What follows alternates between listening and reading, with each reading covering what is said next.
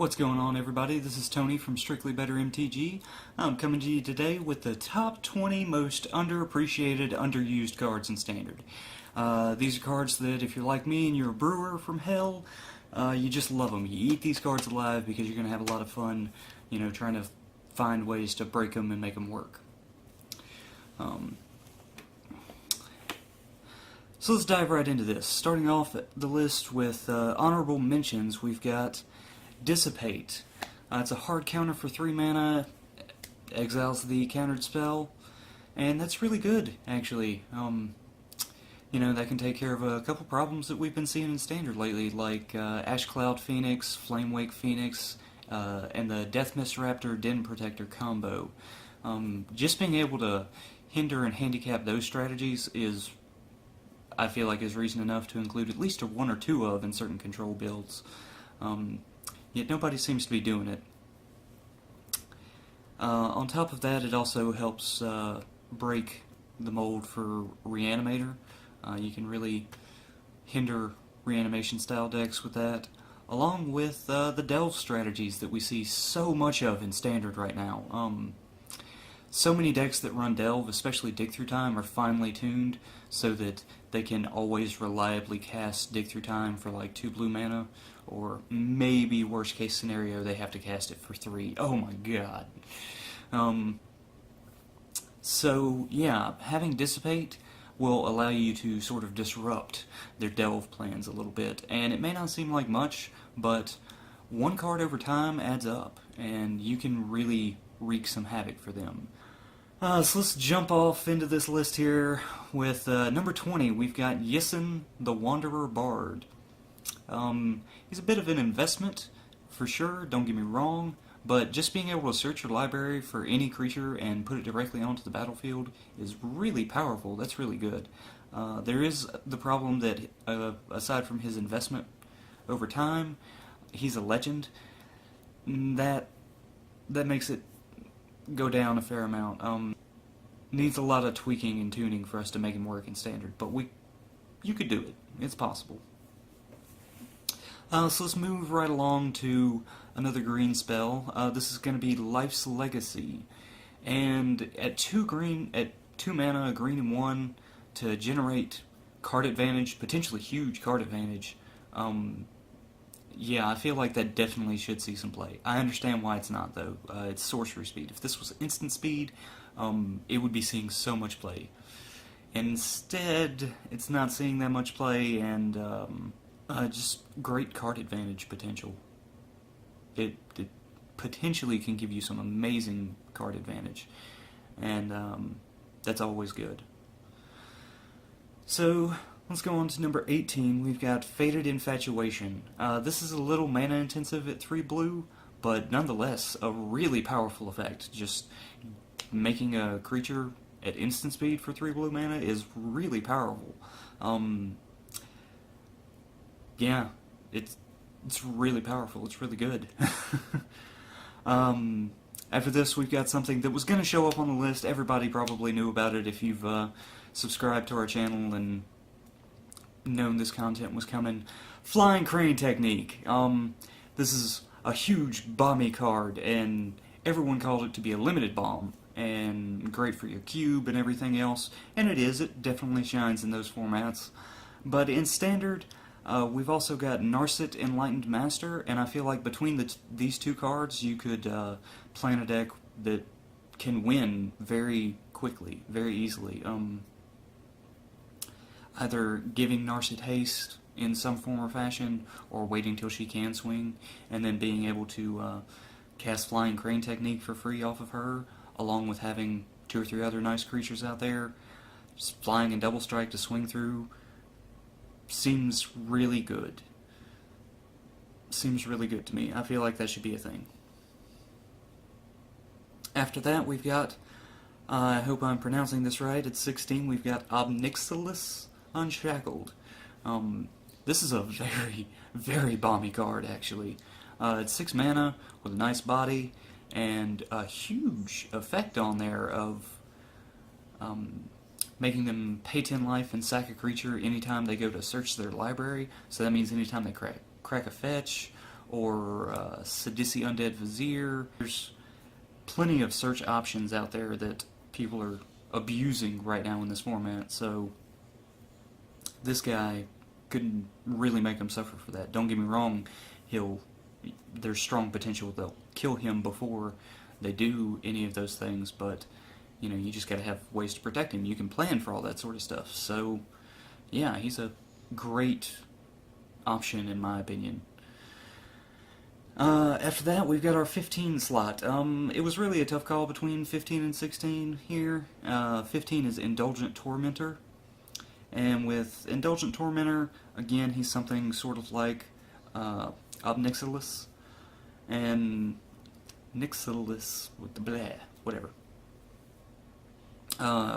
Yeah, he's very similar in the regards that they're both decent bodies for fairly high mana cost, and two relative effects on there.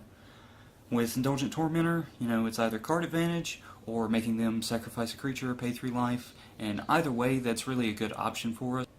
Yeah, Indulgent Tormentor should be seeing some play just because of strong card advantage potential versus decisions and whatnot. He can really mess up your opponent's game, and that's pretty strong reason for inclusion, I think. But I've rambled on about him enough. Let's go on to number 4, number 14, Curse of the Swine. And yeah, exiling creatures is awesome.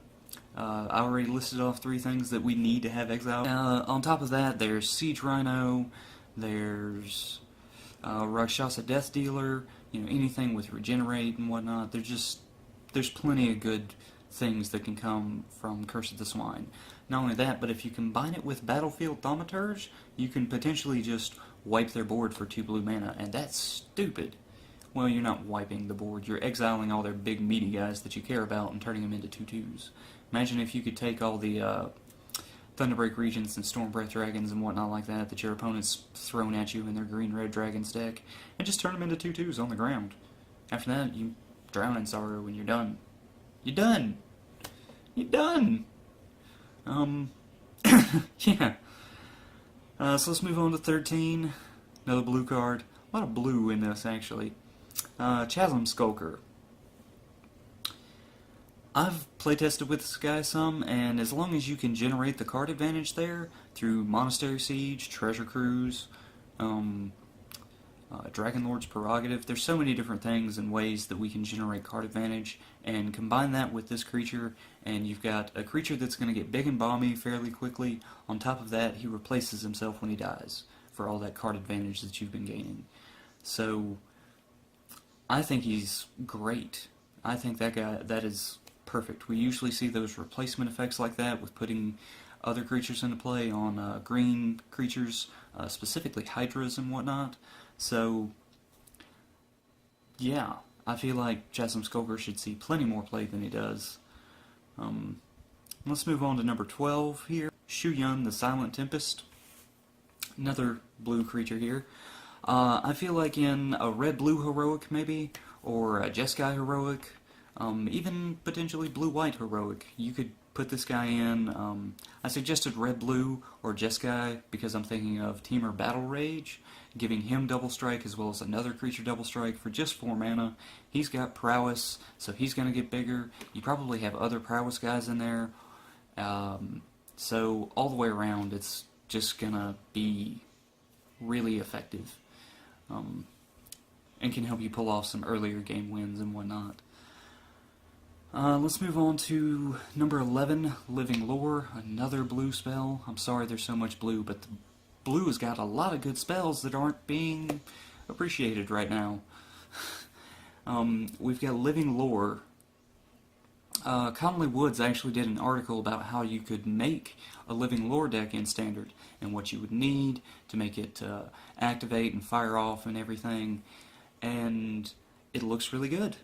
On top of that, Living Lore is just a really powerful spell. At 4 mana, you can potentially make a giant bomb creature, and on top of that, when it deals combat damage, it doesn't have to be to a player, just combat damage, you can sack it and cast that spell for free.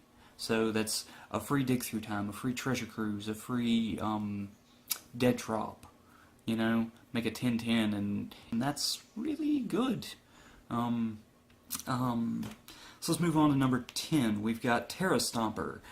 6 green, 6 mana for an 8/8 trample that can't be countered. And we're starting to see a lot more control decks become very prevalent in this format. So any creature that says it can't be countered seems pretty good and pretty useful. On top of that, it's got 3 green mana symbols in there, and its casting costs.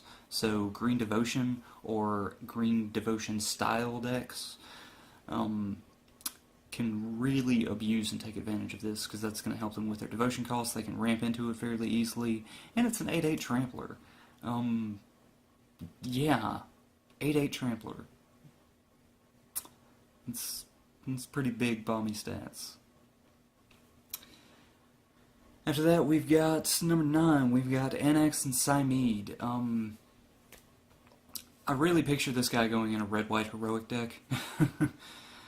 Giving all your guys +1/+1 and trample just seems fine, just perfect, you know. Turn 1, turn 2, turn 3 you play him, turn 4 you just get ready to swing in with all these prowess and heroic guys that you've built up a little bit turn by turn, and give them all +1/+1 and trample. So when they swing, they swing, they hit, and they hit hard. And that seems great. That seems like a great way to finish things. After that, we've got number 8. We've got Preeminent Captain. Warriors is a thing. Well, soldiers could and potentially should also be a thing, just because of cards like Preeminent Captain. There's also Anafenza. I can't remember the rest of her thing because there's 2 of them. This one is double white, and I think she's a 2/2 with some abilities and whatnot. Really relevant creature, seeing a fair amount of play. Well, with Preeminent Captain, you can play additional soldiers from your hand each time he attacks, and they come in tapped and attacking. And that works in conjunction with Brimaz. He's a soldier. So yeah, being able to play soldiers for free from your hand is pretty awesome. That's going to help you generate board state fairly quickly. And that seems great. Top decking one of those after a board wipe, and then being able to put him out there first and start swinging in and generating a fresh board presence against control decks, that seems like a huge benefit for them. But nobody's really taking advantage of it. Yeah. Nobody. So after that, we've got number 7. We've got Jeskai Infiltrator. I actually played with this guy at the pre-release, and he did a lot of work for me, so I was inspired, and I came home and did some playtesting and things with him. And he's a great manifest engine. If you want to do a blue-green manifest deck, Jeskai Infiltrator and Whisperwood Elemental, put those 2 combined, and you're going to manifest things so often and so much in such crazy fashions that you are just going to have constant crazy things going on. Oh my god, so many different things. He can be a little clunky and a little wonky to work out the kinks for and whatnot, but once you do, you will love him as much as I do. He's really good. Sidisi Brood Tyrant comes in at number 6, and wow, so much out of this one guy. If he was 3 mana, he would be perfect, you know? We've got 3 mana, 3 power, 3 toughness, and mill 3 cards when it enters as well as when he attacks. Wow. Alright. Seems like a great reanimation tool. Even at 4 mana, it is a great reanimation tool for us. On top of that, he's going to make 2/2 tokens, which happen to help us out a fair amount against control. I know people are going to say, well, Drown in Sorrow and Bile-Blight, and that takes care of all of these things.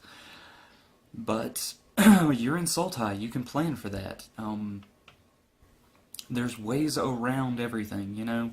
You can always build your deck so you run Sidisi Brood Tyrant and a couple counter spells to help protect the tokens and him and whatnot, and you'll do just fine. At 3/3, he's going to survive the Drown in Sorrow that your tokens die to and stick around to keep making more tokens. So there's plenty of room for Sidisi Brood Tyrant, at least in a board, in my opinion. So let's move on to number 5. We've got Mirror Mockery. our channel really hyped this card when it was spoiled, and yeah, I don't know, somebody kind of dropped the ball somewhere along the way.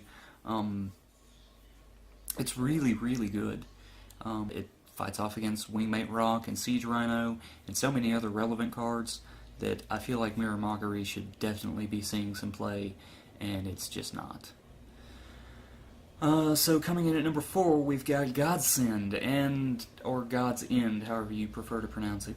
+3/+3 is nothing to scoff at to start off with. Then after that, after that we've got the ability to exile creatures that the equipped creature blocks or becomes blocked by, and they can't be cast again. What? Now, when I started looking at this list, I started looking at prices on TCG Player for all these, and most of them are fairly low. However, Godsend is at like $5, so it's seeing play somewhere. It's just not in Standard, and I don't get it. If it's, I don't know, it is legendary, so that's the biggest problem I can see with this thing, is it's legendary, so you can't have more than one out there. Aside from that, though, man, there are just, so many good things to come with Godsend. But that's enough time on that card. Let's move on to number 3. We've got Iroas, God of Victory. And with as many token decks as we've seen in the format, wow, Iroas, God of Victory just slots right into them. They're all red, or red-white, or Jeskai for that matter. So, now they don't have the devotion to turn this guy on, but with those 2 bomby effects, who even cares? All you need to do is just start swinging in with your tokens, and they're just going to get through all the time. And stick around after combat. Wow, that's great. That is huge, huge potential there. Let's move on to number 2, another card, folks. Underworld Cerberus. Okay, so never mind anything else about this card. There's one line of text, one effect, and that is cards in players' graveyards can't be the target of spells or abilities. No delve. Just no delve. Negate delve being an ability. Just negate it. Now sure, they can remove it and delve becomes a thing again, but otherwise, no delve. No delve. What?